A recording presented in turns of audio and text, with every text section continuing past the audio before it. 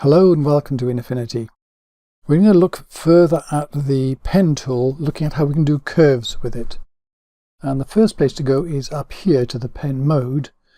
And these four things here, the polygon mode and the line mode, give you straight lines, but the pen mode, you can do curves with it. So if you click, and just click, you get straight lines like the polygon mode, but if you click and then drag sideways, it creates these control handles which you can then tilt and show where the curve's going to go. So you click and drag, click and drag. What you can do with this which is useful is up here the Rubberband mode.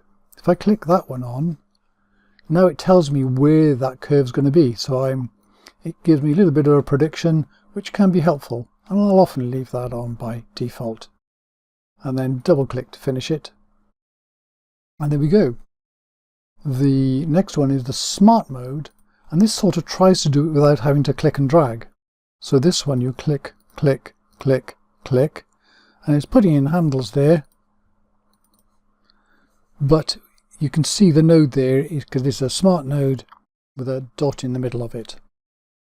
So if I use this here, click, click, click. See, it's trying to straighten up one. The first one I went a little bit too far, but I can add them around here. So can't go too far, but it's quite clever at filling in those things. The alternative, go back to the pen mode. Now I can now click. Now I've got to click and drag and position it. Click and drag. It's a little bit longer, but it's potentially more accurate. It's why I generally prefer the pen mode. And I can finish this with an escape as well. So there we go. Let's have a look at using the modifiers. So with pen mode, I can go click, click here and move things around. Then if I'm going to the next point, if I hold down shift, it makes me go around in 45-degree steps, so I can be a bit more regular about how I'm doing things.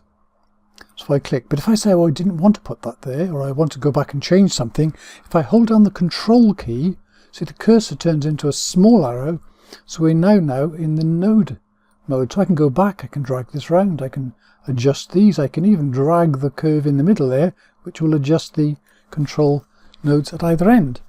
So that's really useful. And then when I'm ready, I let go again, and I'm off to do the next one. So that's a pretty good thing. Another thing you can do with handles is if you put down the Alt key, so if I can go in Control to go to this and I hit the Alt key, now I can actually take one of these and bend that round, effectively create a corner. So now I've got a sharp position. So there we are, multiple things that you can do with that. So what else should we do? Now let's do an example. Let's try something here. Where we go? There, this one here. Make sure we start off here. Should we start in pen mode? Let's try smart mode, see how we do. And we'll select this barrel. So I start at one point here. Don't go too far because it's not looking at the barrel itself, and it's not doing an edge detection. It's just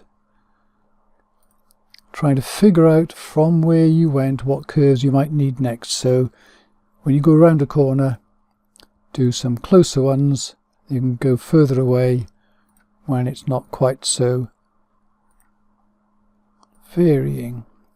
So now I say I can go more like this, around that bit there, and then double click on that. Now for example, I could, with this here, notice here it says mask and selection. So I'll create a selection. Let's just do that for now.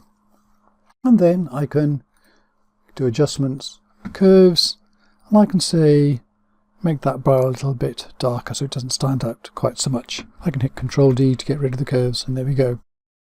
So yeah, that was before and after, very quickly, very easily. So thank you very much for watching.